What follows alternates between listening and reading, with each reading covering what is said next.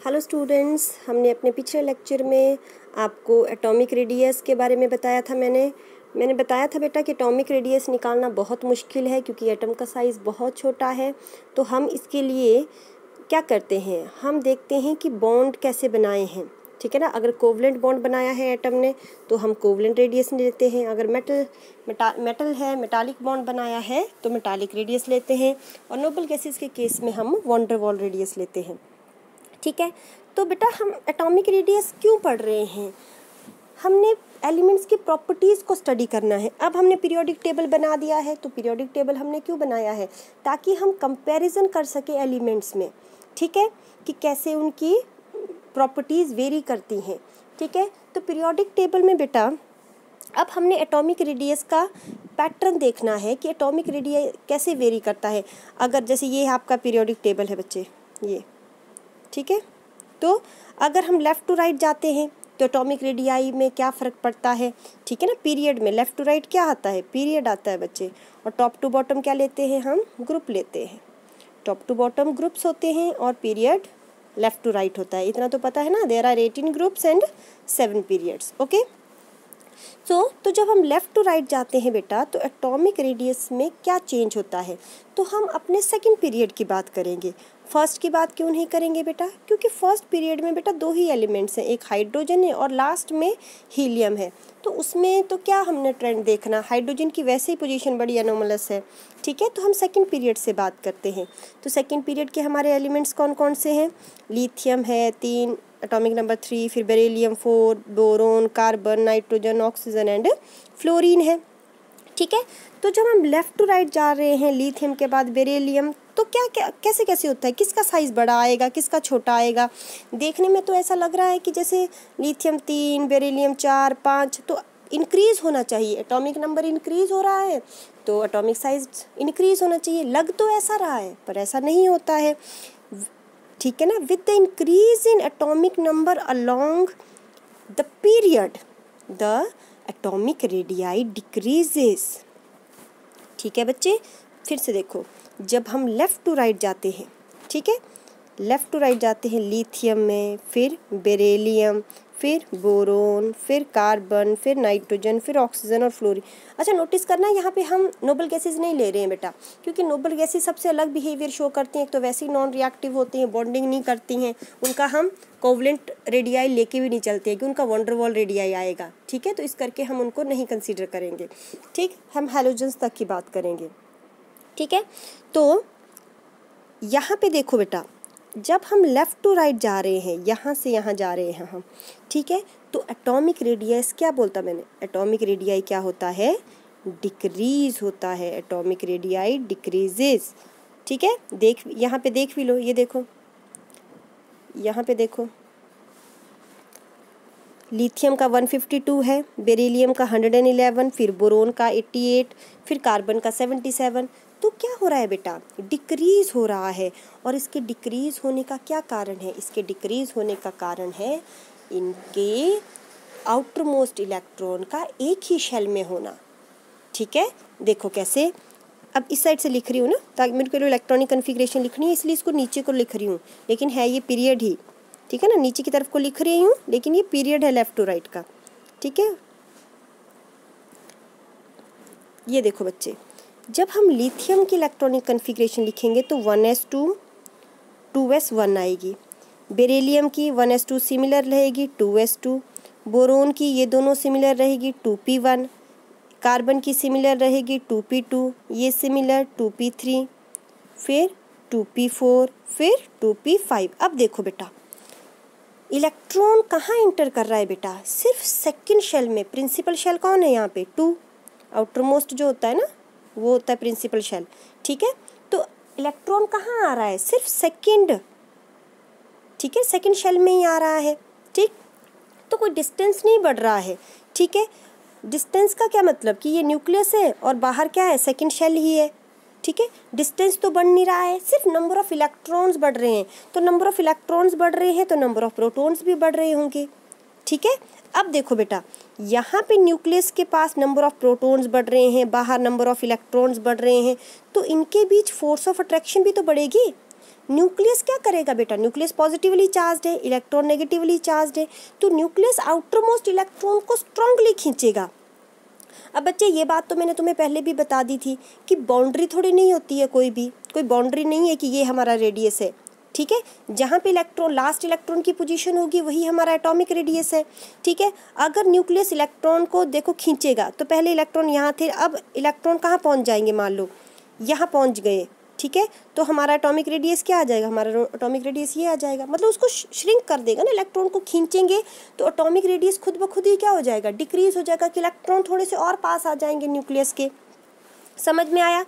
तो left to right जब हम चलते हैं बेटा तो हमारा न्यूक्लियर चार्ज इंक्रीज़ होता है क्योंकि नंबर ऑफ प्रोटॉन इंक्रीज़ होते हैं, ठीक है।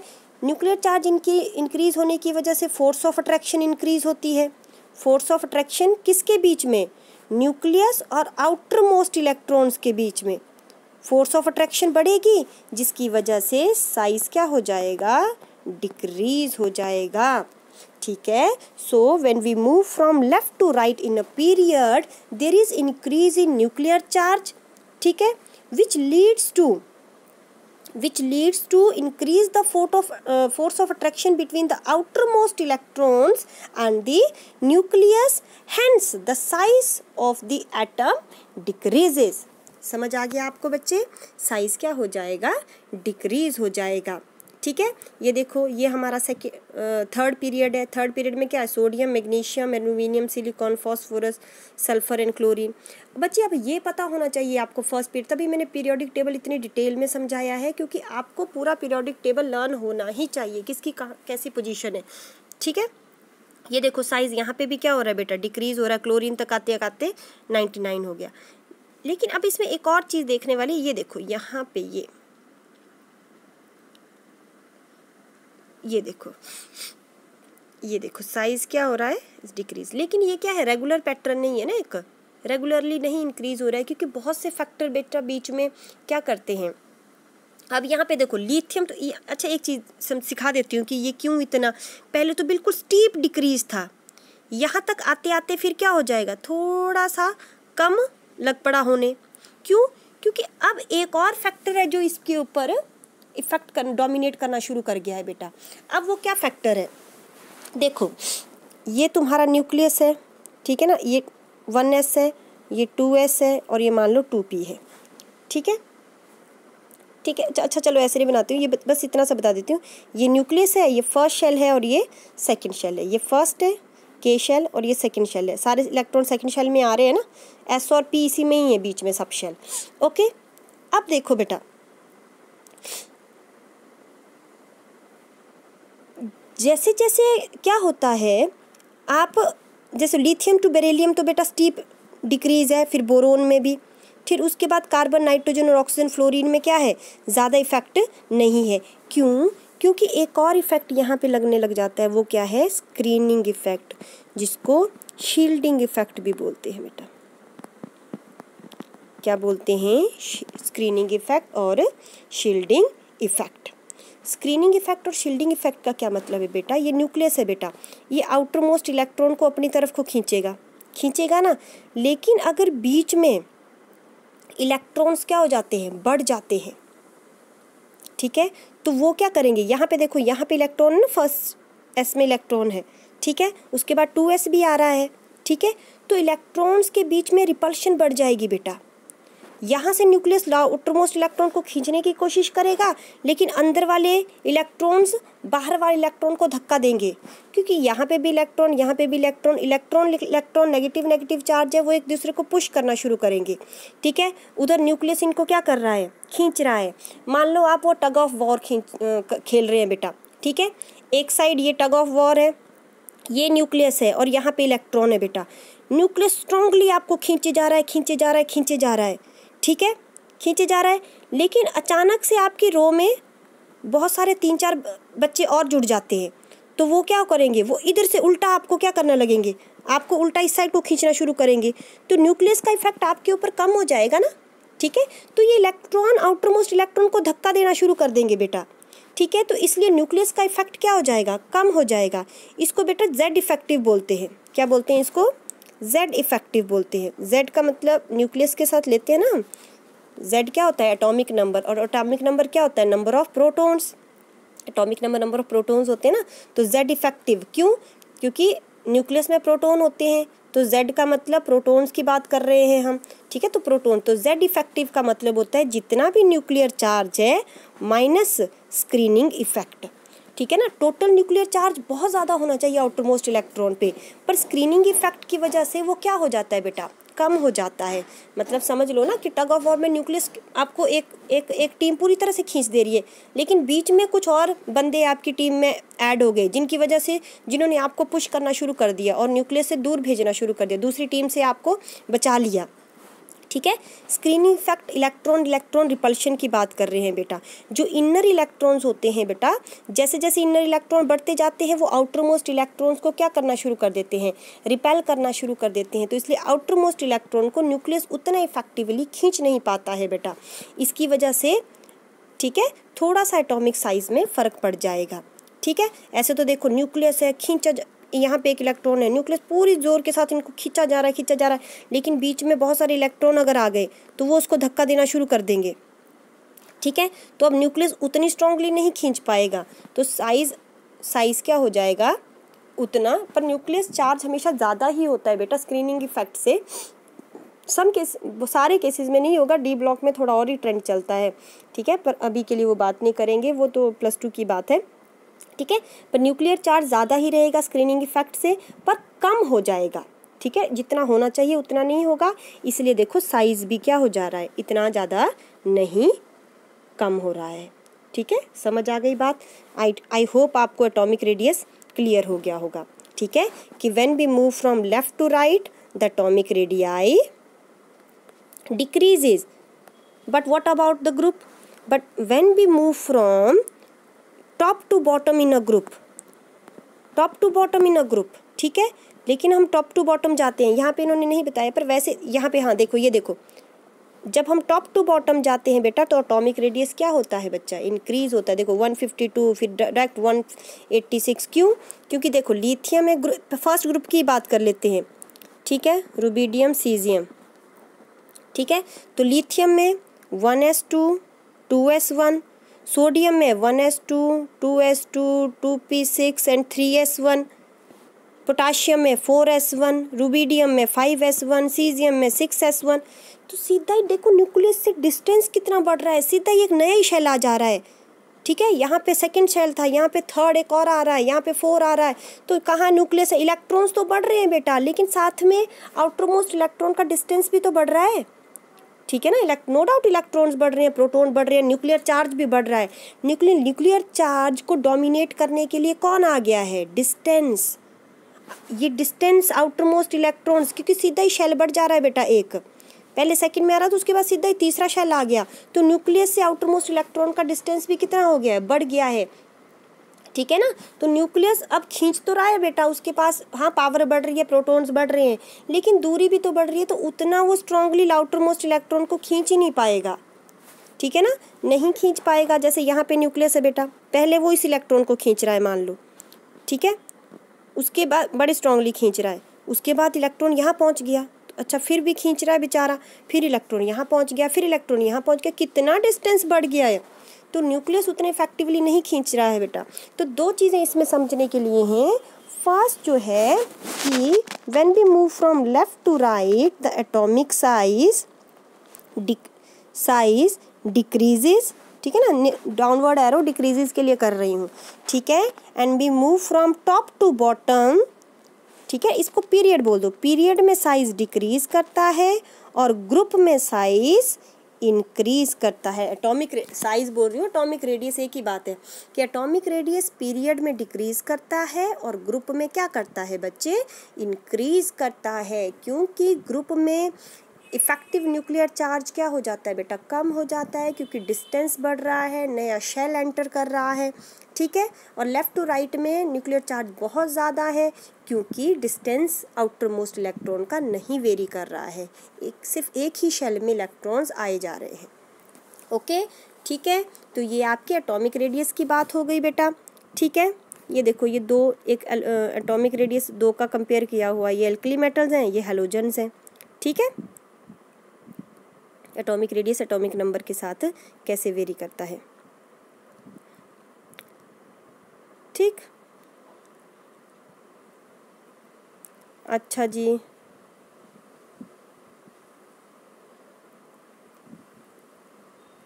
ये ग्रुप में बात चल रही है ना, देखो ग्रुप में एटॉमिक रेडियस क्या कर रहा है, इंक्रीज कर रहा है, ये देखो यहाँ पे देखो, ठीक है ना, ये पीरियड की बात कर रहे हैं हम कि पीरियड में डिक्रीज करता है, ग्रुप में इंक्रीज कर रहा है।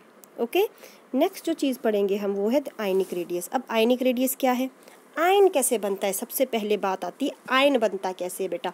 आयन कैसे बनता है, जब कोई एक्स्ट्रा इलेक्ट्रॉन, ठीक है, एक्स्ट्रा इलेक्ट्रॉन या तो बाहर निकलेगा, ठीक है, या तो कोई इलेक्ट्रॉन अंदर आएगा, तब एक आयन बनता है बेटा।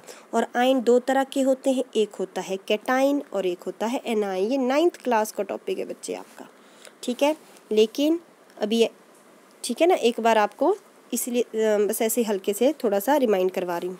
कैटाइन कब बनता है बेटा, जब इलेक्ट्रॉन जो है आउटर मोस्ट शेल से बाहर निकलता है तो पॉजिटिव चार्ज आ जाता है एटम के ऊपर। अच्छा, आपने कभी सोचा ना कि पॉजिटिव चार्ज क्यों, ठीक है, मैंने अपने बच्चों को तो ये कराया हुआ है, पर कुछ नए स्टूडेंट्स भी हमारे साथ जुड़े हुए हैं, तो उनके लिए आई डोंट नो उनको आता है कि नहीं आता है, पर फिर भी बता देती हूँ कि पॉजिटिव चार्ज क्यों आता है बेटा किसी भी एटम के ऊपर। जैसे सोडियम के ऊपर पॉजिटिव चार्ज क्यों आ रहा है, इलेक्ट्रॉन इसने दिया, ठीक है, इलेक्ट्रॉन दे दिया, पर ये पॉजिटिव साइन का क्या मतलब है, ठीक है, पॉजिटिव साइन का क्या मतलब है बेटा। देखो सोडियम है बच्चे, सोडियम के पास 11 इलेक्ट्रॉन है, 11 ही प्रोटॉन है, गॉट इट, ठीक है, 2 8 1 इसकी इलेक्ट्रॉनिक कन्फिग्रेशन है, ठीक है।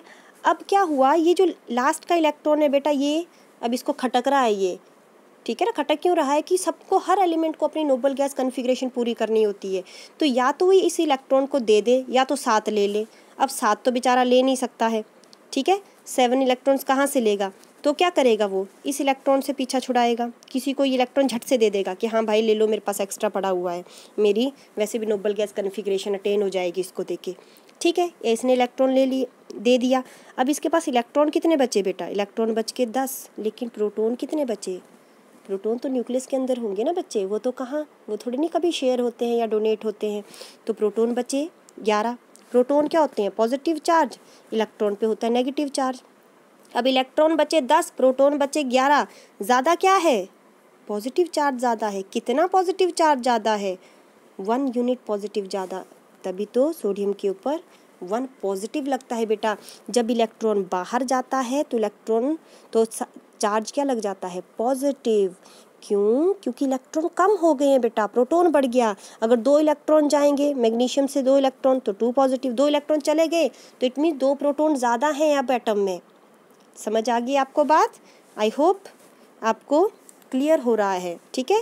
वैसे ही जैसे क्लोरीन की बात करते हैं, 17 इलेक्ट्रॉन है बेटा, 2 8 एंड 7, तो बच्चे अब इसके पास 7 इलेक्ट्रॉन है, या तो इन 7 को किसी को दे दे या तो 1 इलेक्ट्रॉन ले ले, ज़्यादा क्या इजी है 1 इलेक्ट्रॉन लेना, ठीक है, 1 इलेक्ट्रॉन ले लिया।